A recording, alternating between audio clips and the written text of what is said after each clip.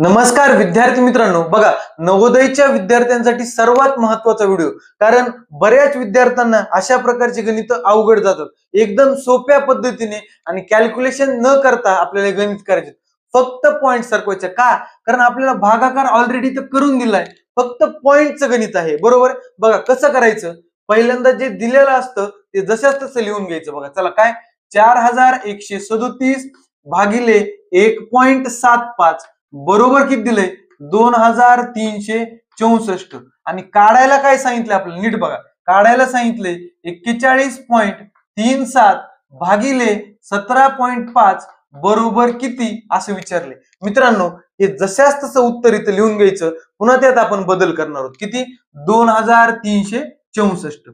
आता अंशामध्ये काय बदल केलाय, छेदामध्ये काय बदल केलाय, तोच बदल पुढे करायचा. बघा आता इथं छेद आहे का? काही छेद काही नसतो, म्हणजे किती असतो? 1 असतो. म्हणजे मी इथं 1 लिहिणार, काही अडचण नाही. बघा आता 4137 ला 41.37 कसं केलं असेल बघा. या संख्येला जर मी 100 न भागलं असतं तर हे उत्तर येतं. बरोबर बरोबर. पुन्हा 1.75 ला 17.5 कसं केलं असेल.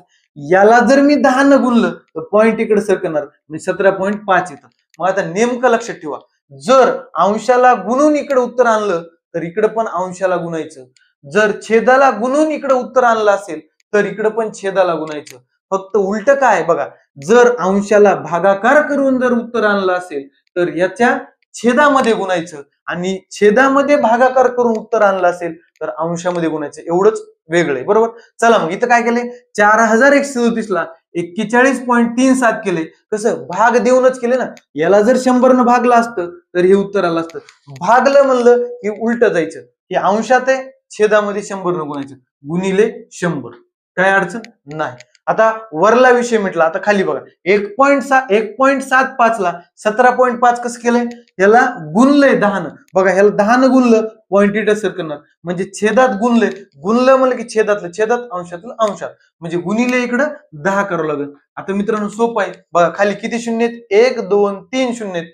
3 अंक उजवीकडून सोडून पॉइंट द्यायचा, म्हणजे किती येणार उत्तर? 2.364. बघा ना, 3 अंक सोडून 1 2 3. बरोबर. आता नेक्स्ट प्रॉब्लेम तसाच आहे. काय? जसं दिलंय तसं उतरून घ्यायचं. चला, काय 278.10 भागिले 13.5 बरोबर किती दिलंय? 20.6. आपल्याला काढाय काय सांगितलंय? 27,810 भागिले 1.35 बरोबर किती? आपण काय लिहित असतो? 20.6 लिहित असतो. काही अडचण नाही. चला, काय काय बदल केले बघा. 278.10 ला 27,810 कसं केलंय? गुणल्यामुळे झालंय. बरोबर आहे. इथं गुणलंय, अंशात गुणलंय. गुणलं म्हणलं की अंशातला अंशात, छेदातलं छेदात. मग उत्तराला पण 100 न गुणूया. बघा छेद काही नसतं, म्हणजे 1 असतो, गुणिले 100. अंशाचा विषय मिटला. आता छेदात बघा, 13.5 ला काय केलं त्यांनी? 1.35 लहान केले. लहान केलं म्हणजे भाग दिलाय. कितीनं भाग दिलाय? इथला पॉइंट इथं गेलाय, म्हणजे 1 0 म्हणजे किती? 10. आणि भागलंय म्हणजे काय? उलट करायचं. खालचं खाली भागलंय ना, मग वरी गुणायचं, म्हणजे गुणिले 10 वर. बघा आता हे तर येतं तुम्हाला. 1 2 3 4 4 शून्य किती, सॉरी, 1 2 3 3 शून्याने गुणायचे, म्हणजे 1000 ने गुणायचे. म्हणजे पॉइंट आपल्याला 3 अंकांनी पुढे सरकावं लागेल. म्हणजे किती झालं? 20. बघा 1 अंकाने सरकवला, आता पुढे अंक आहेत का नाही, म्हणजे 2 अंक शून्याचे घेऊ शकतो, म्हणजे 20,600 आपलं उत्तर येईल.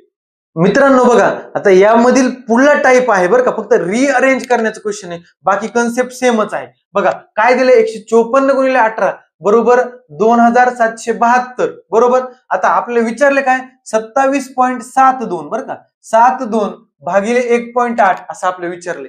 बघा आपल्याला पहिल्यांदा काय करायचे, इथं जे दिलंय तेच इथं द्यायचे. बरोबर का. पण इथं वेगळं दिलंय आपल्याला. मग जे विचारले त्याच्यामध्ये याला रिअरेंज करून घेऊया. बघा हे 18 इकडे गुणाकारात आहेत, आपल्याला पाहिजे भाग करायचे का नाही. मग इकडले गुणाकारातले 18 इकडे भाग करत नेऊ शकतो, मी नेऊ शकतो. मग काय होणार बघा, 2772 भागिले 18 बरोबर इथं काय राहिलं? 154.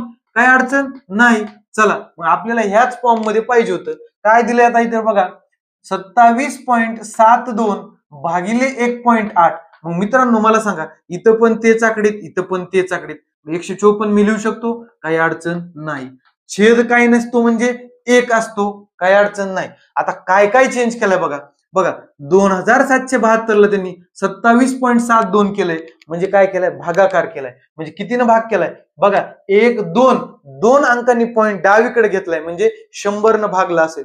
भागतो म्हणजे आपण काय, त्याच्या विरुद्ध बाजूला जातो. अंशात भागलंय, मग आपण छेदात गुणणार उत्तराला. बघा छेदात मी 100 गुणलं, चालतंय. आता अंशाचा विषय म्हटला, आता छेदाचं बघा. 18ला काय केलं त्यांनी, 1.8 केले. 18ला काय केले, 1.8 केले. म्हणजे इथं पण भागले. भागलं म्हणलं की विरुद्ध जायचं, छेदातलं अंशात गुणिले 10. एकच पॉईंट सरकवला ना. चला मग करा काटाकाटी. 0 कटला 0 कटला. आता काय राहिलं, 154 भागिले 10 राहिलं. म्हणजे एका अंकाने पॉईंट द्यायचं. किती, 15.4 आपलं उत्तर येणार.